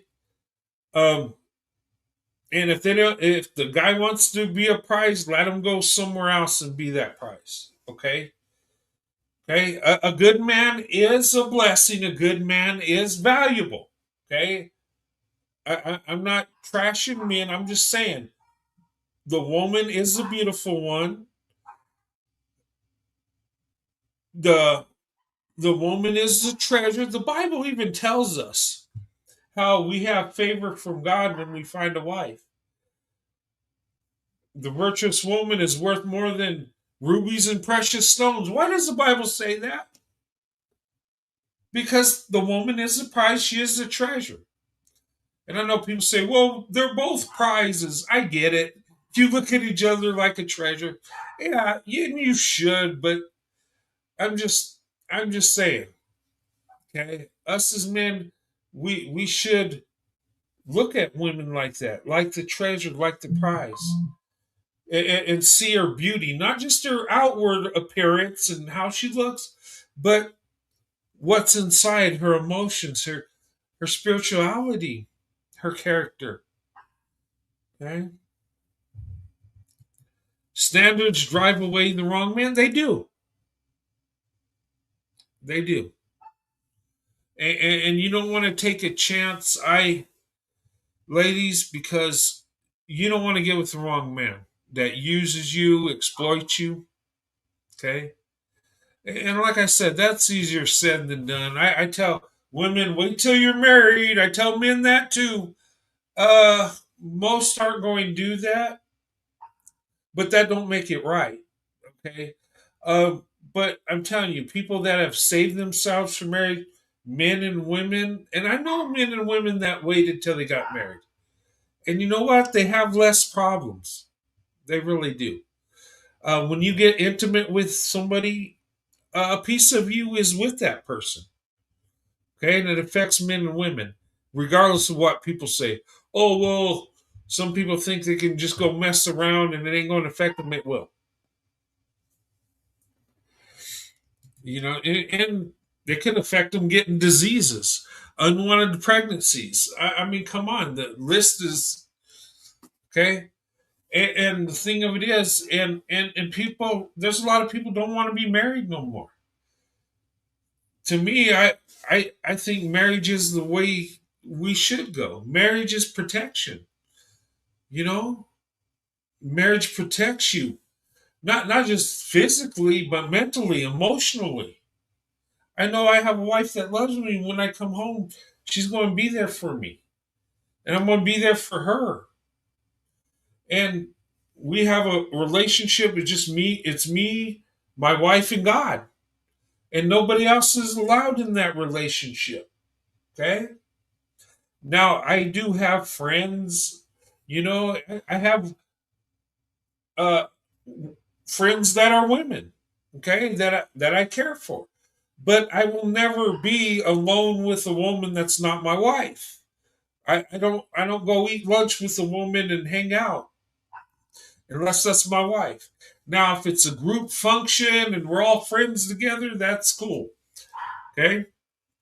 But when you're married, you give yourself to the person you married. That means you give your emotions to your spirituality, your intimacy. That belongs to your wife and your wife alone. And ladies, that belongs to your husband alone. You know, and that's when you got two people that love each other and live up to their marriage vows. They're protected. They're blessed. You don't have to worry about disease. You don't have to worry about being heartbroken and feeling bad because you're intimate with somebody that don't really love you or you don't love them. And you're protected. Marriage is more than a piece of paper. It's protection. It's a blessing. It's an agreement you have with the one you're married to in God. That's how I look at it. And it's a beautiful relationship. You know, marriage has improved my life drastically. You know, and I know marriage ain't for everybody, but I can't see myself not being married. I mean, especially at my age, I see some of these old farts out there, like in their 50s, 60s, and single, trying to get into a relationship. I mean, to me, that's weird. Now, if you're married and you're a widow, I get it. You don't want to be alone. Yeah, that's okay. Um, you know, when you lose a spouse, it's okay to remarry. You know, some people can't be alone. You know, for me, God forbid ever anything happened to my wife, I would never get married again. But you know, I love my wife that much that no one will ever have my heart like my wife does. And I can say that, you know, and I would embrace the times we had together, you know. But that's me, okay? Some people believe like that. Some people are like, hey, I can't be alone. That's okay too. You know, when a spouse passes on, it's okay to remarry, you know? And if something happened to me and my wife, you know, wanted to get remarried, that's okay. I just pray that it's a good man. You know what I'm saying? Um, but for me, my wife, that's it. God gave me a wife, and that's it. You know, I'm very grateful for that. But you know, that's me. But anyway, I'm going on and on. um, but I love you guys. Look, just be aware of your surroundings. Okay, all right. Swirling gone wrong can happen to any of us. Okay, And it's not, and look at these married people. They were good people. They had love, everything. But somebody didn't like their swirl to investment and took them out. That can happen. Okay? It's not a common thing where it's happening all the time, but just be aware. Okay? Don't live in fear, but just know you're surrounded. And that's even if you're not in an interracial relationship. Anything can happen anywhere. People are getting shot in the street over road rage because you accidentally cut someone off. They're getting shot for that. It used to be back in the day, we'd yell at each other, and if we got mad enough, we'd fight about it. One would get the worst part of it, but you live to fight another day. You don't take a life. But in today's world, people are lost their mind. But anyway, yeah, Saturday will be the show that's set in stone every week. Okay, we will have that, and I'm excited about the news reporting I'm going to do. I will do some celebrity gossip. Some people want me to talk about that. Let me know what you want me to talk about, and I'll watch a reality show if you want me to, and I'll get into the story, and we can make fun of these people and have fun. Okay, but this channel is about swirl to investment. It's about taking your interracial dating to marriage. Okay. All right. I people call me a swirler. Okay. Well, I was once a swirler. I dated interracially. I took my swirl to investment. I'm an investor. I say I'm an investor. I invested in the black woman. Okay. I'm married to a black woman. My intention was to find a wife. Okay. There were some bumps along the way, bad decisions here and there, but I got to where I needed to be. So God's blessed me. But that's what I'm about. And if you're one of those that are just looking for a hookup and good time swirling, that's your business, but I don't promote that here. Okay. I promote interracially dating, but for the right reasons, for love, for marriage. And if you're one of these guys that, hey, you want to talk to me about how fine black women are and talk about sexual, no, I don't do that. Okay. That's disrespectful.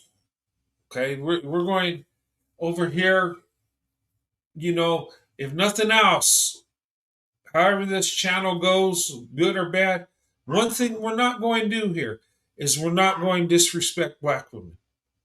Okay? We're not going to talk about black women sexually. We don't do that here. And if you do that, you're gone. Okay? We don't focus on lust here. We focus on love. Okay? This is a space where we're going to honor and respect black women. Okay? Black women are the VIP of this channel. Okay? And if you love black women like I do, and you want to show them love and respect, well, welcome aboard.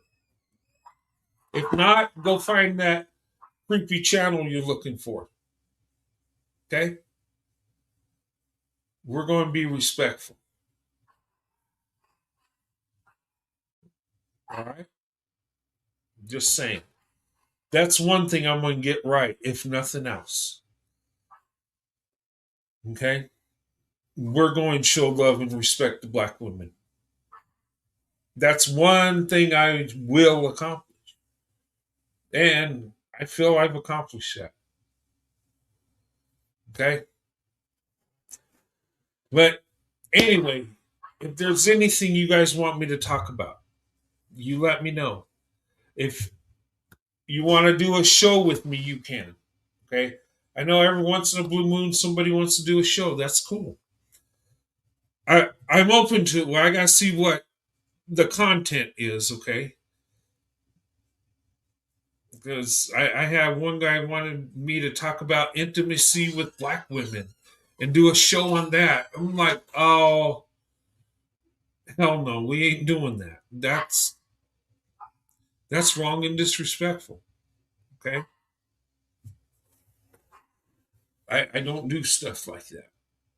And I don't know. I don't know why anybody would ask me to do that. That would be disrespectful to my wife, black women. I mean, come on. It could have been a troll trying to get me to do something stupid to destroy my channel, too. Who knows? You got weird people out there. Okay. But anyway, I'm going to go ahead and close. I'll see you guys Saturday night. Okay. All right. 7 p.m. Central. 7:15. 7:15, sorry. 7:15 Eastern time.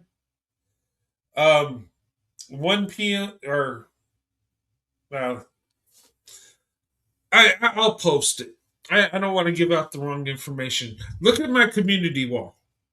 And I already got the shows plugged in. If you look at the live shows, it already tells you the time. Whatever time zone you're in, it'll tell you the right time. You know how you go to my channel, you hit view channel and you hit lives? It has all the live shows I've done, but it has the ones that are scheduled. Okay, that time is the correct time. Okay, and it'll adjust.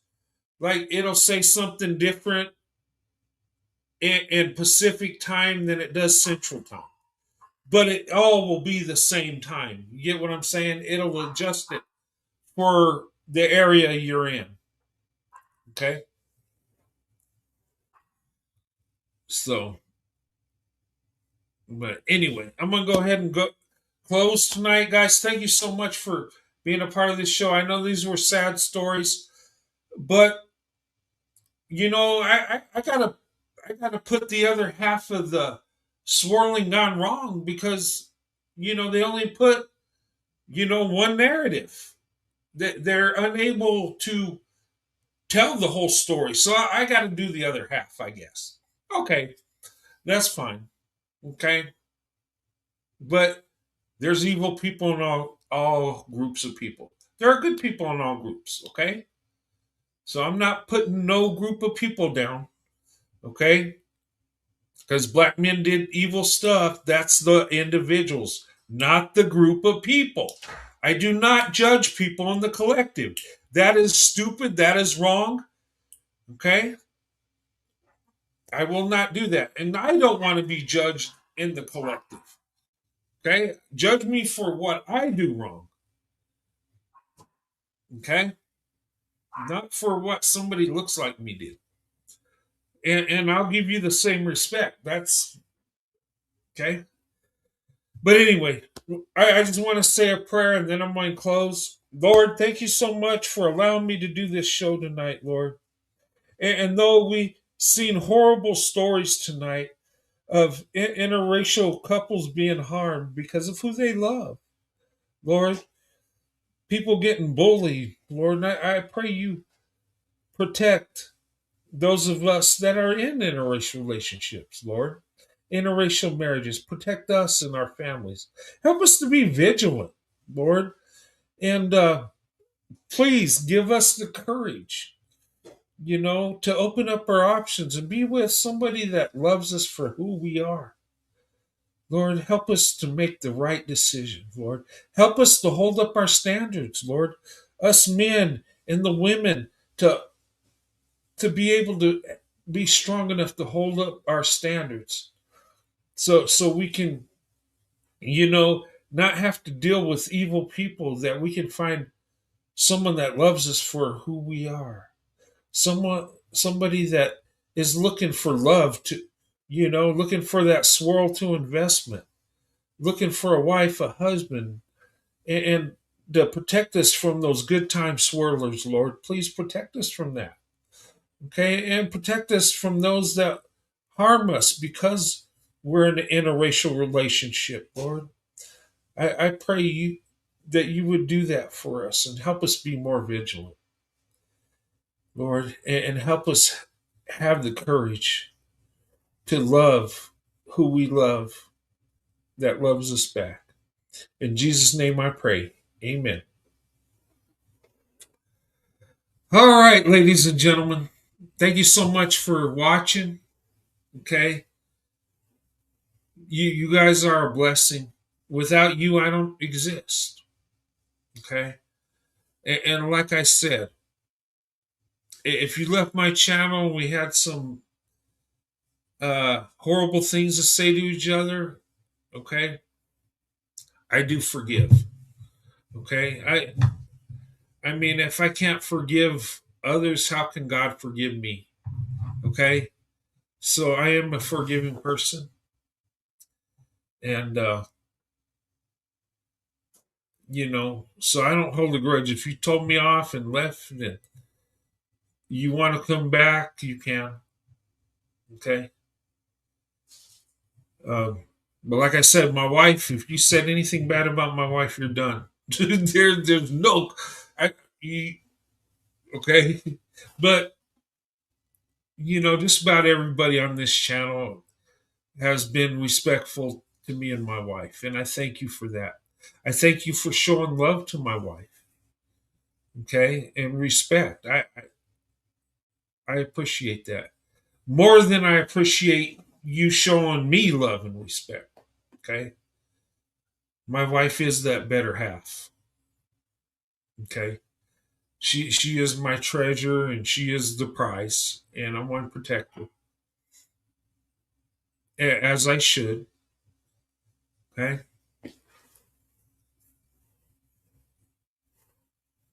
Hey there, Gigi. Good to see you.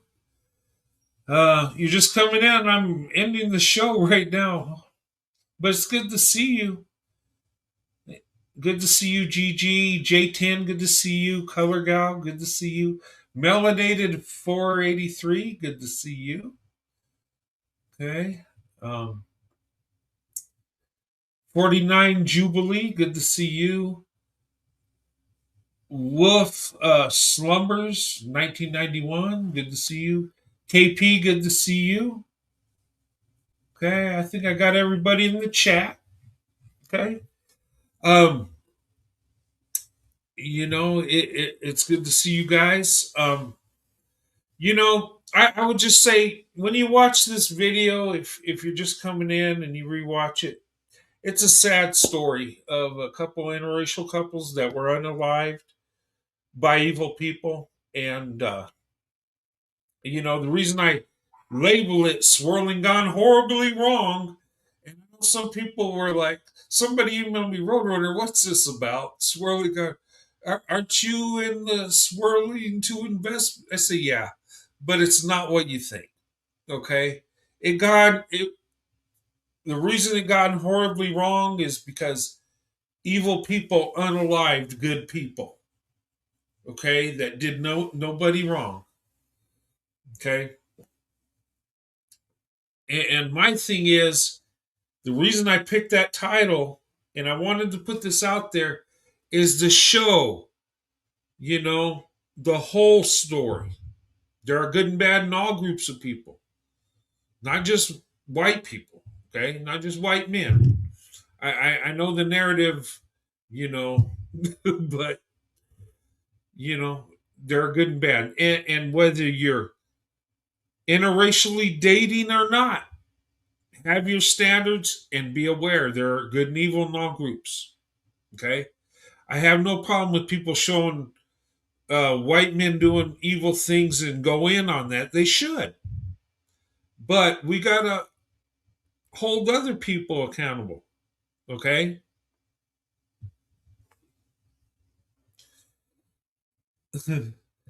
Black men are jealous of Queen black women, happiness with white men. Yeah, they are. And the thing of it is I think a lot of it's an ego thing. They want to be known as the most desired man. And us white men are like, okay, you're most desired. Oh, well, have fun. As long as I find a wife, I don't care. I don't worry about, oh my God, my group of men needs to be the most desired. Who cares? What's that even matter? I know I'm average at best, so I'm not the most desired in any group. But I do have a wife that loves me, so I'm okay with it. It's all right. God still bless me, even though I'm average at best on a good day. I will not get offended if you say, Roadrunner, you're average. Okay, I know that. It's okay. But what uplifts me from average at best is, what I do have? I have a big heart. I'm hardworking. I'm loyal, and I'm consistent. Okay, I I do have that. So that levels out my average at best. That takes me from a C minus to a C plus, and I'm okay with it. Okay. Anyway, you remember when Kevin Samuels did that average at best video? That young lady, yeah, I was like, man, she's a high value woman. She, she's pretty. She makes 100,000 a year, has a business, and doing good things, but she's average at best. Oh, okay. I'm just like, wow.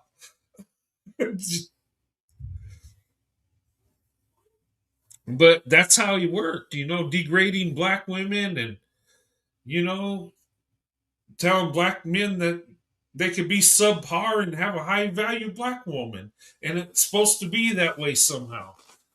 I'm like, no.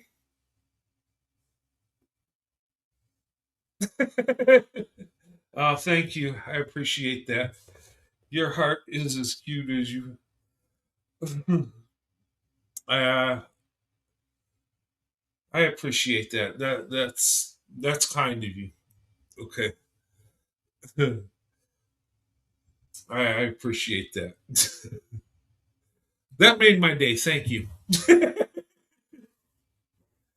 But you know what? My wife, makes my heart bigger. And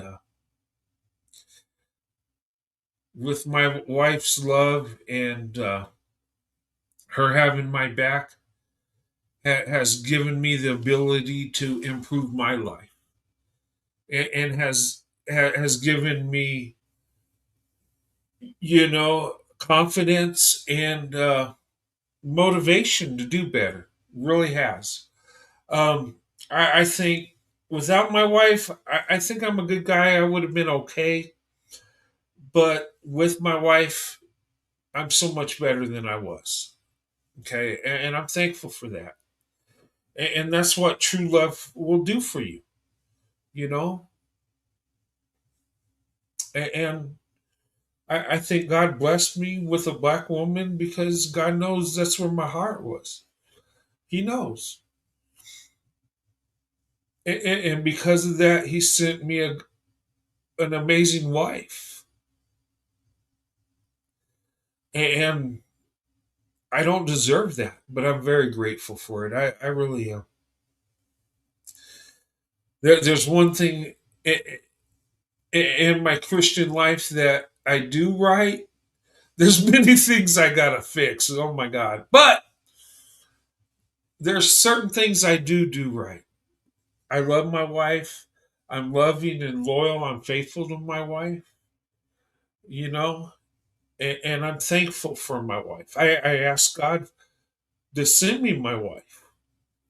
Okay, so the things that I do right is I ask, That the verse you have not because you asked not, that ain't me. I asked. Okay, I got that one. Okay. And I'm thankful for what I got. And I think sometimes God blesses us because He knows our heart, and we appreciate, when you appreciate what God gives you, I think He just blesses you more, whether you deserve it or not. But I am thankful. And because of the black women in my life has been improved. I'm serious. From my character, having a big heart, black women did that. My faith, black women encouraged me to grow my faith, you know, and I'm very grateful. I've been blessed. And I'm not afraid to tell the world that, you know, I'm very grateful for what I got. I don't deserve anything I have. I really don't. And, I think I'm a good guy, but I don't deserve to be blessed like this. And I know it. But hey, I have an amazing God, and He loves me. And my wife Sandy is proof there's a God and He loves me. I'm thankful. But anyway, guys, thank you so much. I'll see you guys Saturday. I'm going to go early Saturday. Look at the times. It's going to be 7:15 Eastern, 6:15 Central, 5:15 Mountain, 4:15 Pacific. Okay, I got the times right for Saturday night. Okay, and it's going to be why white men should consider marrying black women. You know how Ralph Richard Banks made that video and wrote that book that more black women should consider marrying white men? Well, I believe white men should consider marrying black women. Because who really levels up? I think us as white men, I think, we get the better end of the deal. I'm sorry. Okay. I think we're the ones that are really leveling up. And I tell you, when you have love and somebody that believes in you, has faith in you, it will motivate you. It will get you to believe that you can accomplish things that you never thought you could. And it's not an ego thing. It just, having that love, it does motivate you. You know, I'm just saying. But anyway, guys, I've been on for 2 hours talking too much like I always do. Oh, man. I just. But anyway, you guys have a good night. God bless. I'll see you Saturday night, okay? Hold up your standards, okay? Don't be afraid to open up your options, but be cautious. Hold strong to your standards, okay? And be vigilant. Never go on a date with someone you don't know to a remote location. That's a big red flag. Somebody wants to take you on a date and, go out to the forest or somewhere. No. It could be innocent, but then again, you might have bad intentions. Or her, you know.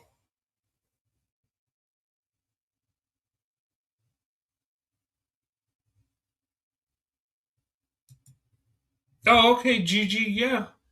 Yeah, catch the replay, of course. It's good to see you here tonight. Okay. It's good to see all you guys here tonight. Okay. And yeah, if you can't catch Saturday Night Swirl or whatever show I'm doing, you can always catch the replay. Okay. Um, that's fine. Um, don't hold up nothing from my show. You can always catch a replay. I know some people say, "Well, I'm gonna be there every time you go." Well, I appreciate that, but your life's more important than my show. But if you're at home and you have time to watch it, by all means. But you know, but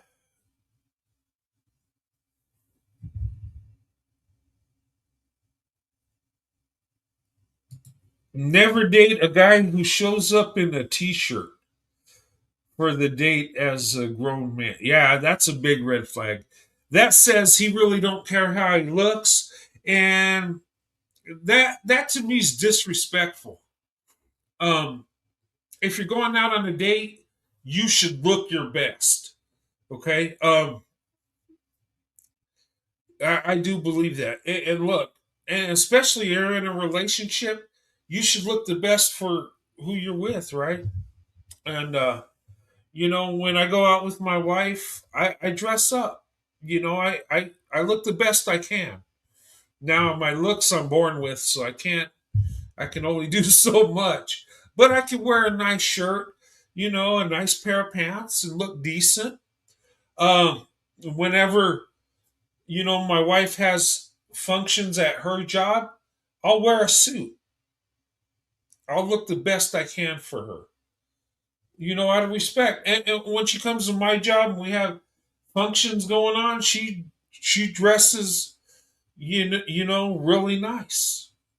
And she does that, because she loves me and she wants to look good for me, and it's out of respect for me. Okay. But yeah, if a guy comes dating you in a t-shirt, yeah, that's a big red flag. That just saying he really don't care about his looks, and he don't care about you, because that'd be embarrassing. You get dressed up and he wears a t-shirt. Like, what is that? I mean, yeah. If they do, if a guy asks you on a date and shows up in a t-shirt, just end the date. And I say, you know what? You didn't have enough respect for me to, dress in nice clothes. So goodbye. I Yeah. And like I said, I've been married 32 years, and I dress up for my wife. I do. When we go out, I wear nice clothes. I'm not going to look like a rag bag. Okay? The only time I look like a rag bag is when I get out of bed and I'm half asleep and I turn on the TV and try to wake up. After that, I get in the shower and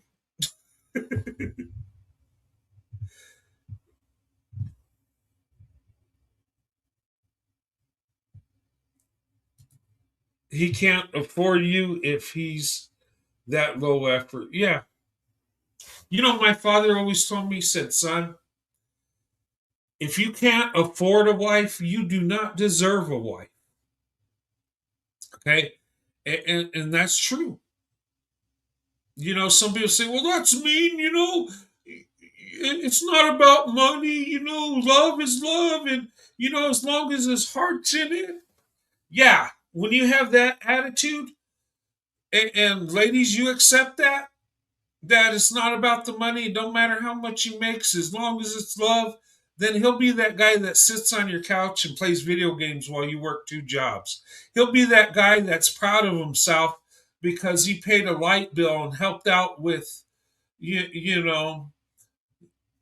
another bill. He'll be so proud of himself that he couldn't even do the minimum, paid a couple bills while you paid the rest. Yeah, you know what that is? That's he's happy to be your little helper. You know, a real man would be, would be devastated if he couldn't pay the bills. I mean, come on. But yeah, and guys, if you can't afford a wife, you don't deserve a wife. Point blank. Because some people say, well, it's not about love. And da, da, da. Well, okay. Well, when she's working 3 jobs and you're sitting on your butt, and ladies, there's guys that will do that. That will take advantage of you. Okay? And I'm just saying. Because here's the thing. If he thinks you shouldn't care how much he makes, then he'll get comfortable with you paying the bills. And you don't want a man like that because things happen in life. You know, he might be making good money in a job, might get laid off and not have a job. Then he's got to make things happen. Then he might have to do minimum wage jobs and multiple jobs to keep things going. And that's why that is. You don't want a weak-minded man. Because weak-minded man will let you down all the time.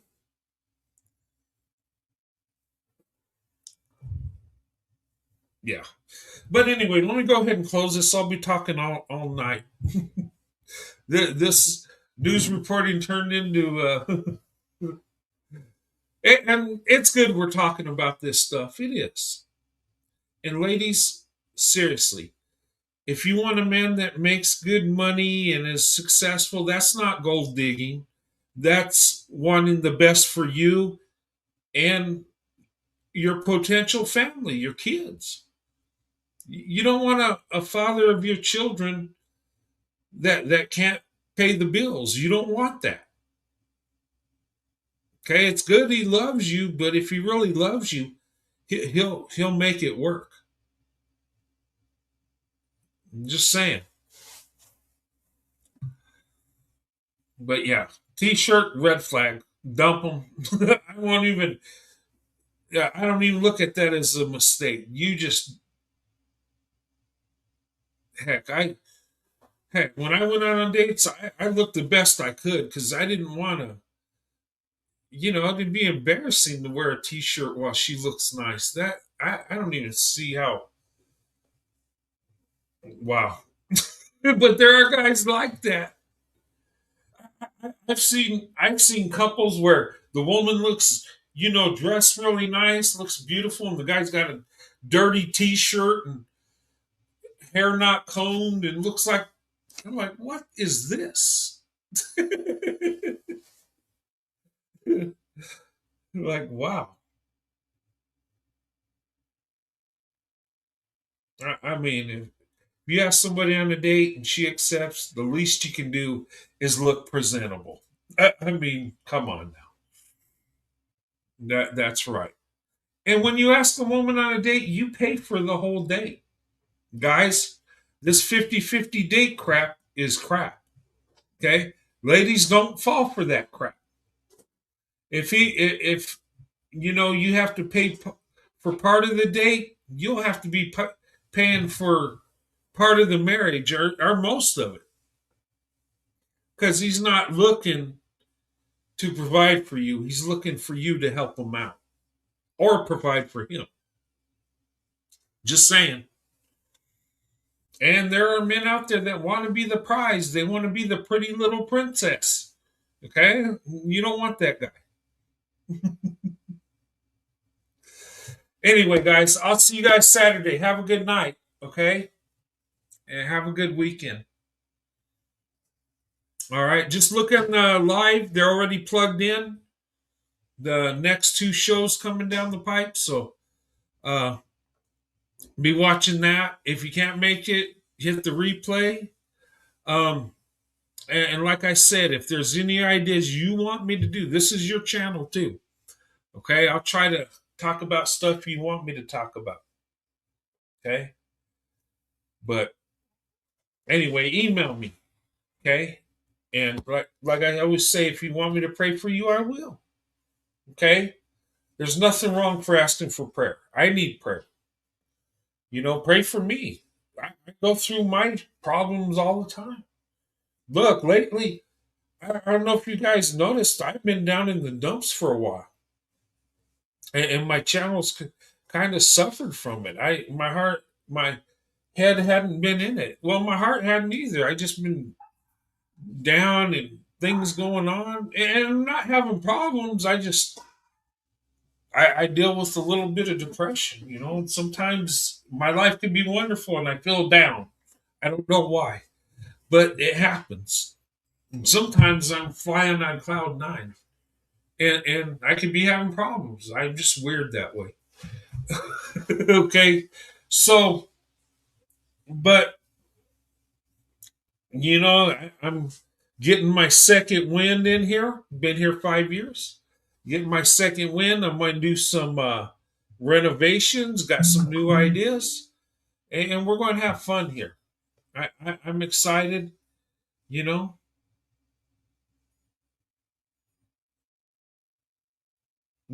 and I can't wait till Saturday's show, and I can't wait for Sunday's going to be a beautiful show. Yeah, but get ready for our news network. I might make new videos, and I'll have my wife do a bi-weekly show with me. We'll have fun, and we'll create content for her channel. My wife's got a channel too. She's not heavy into YouTube like I am. Okay, but I do. She does have some of the videos we done together on her channel, and But anyway, guys, I love you. You have a good night. God bless. Have a good weekend. See you soon. Swirl to Investment.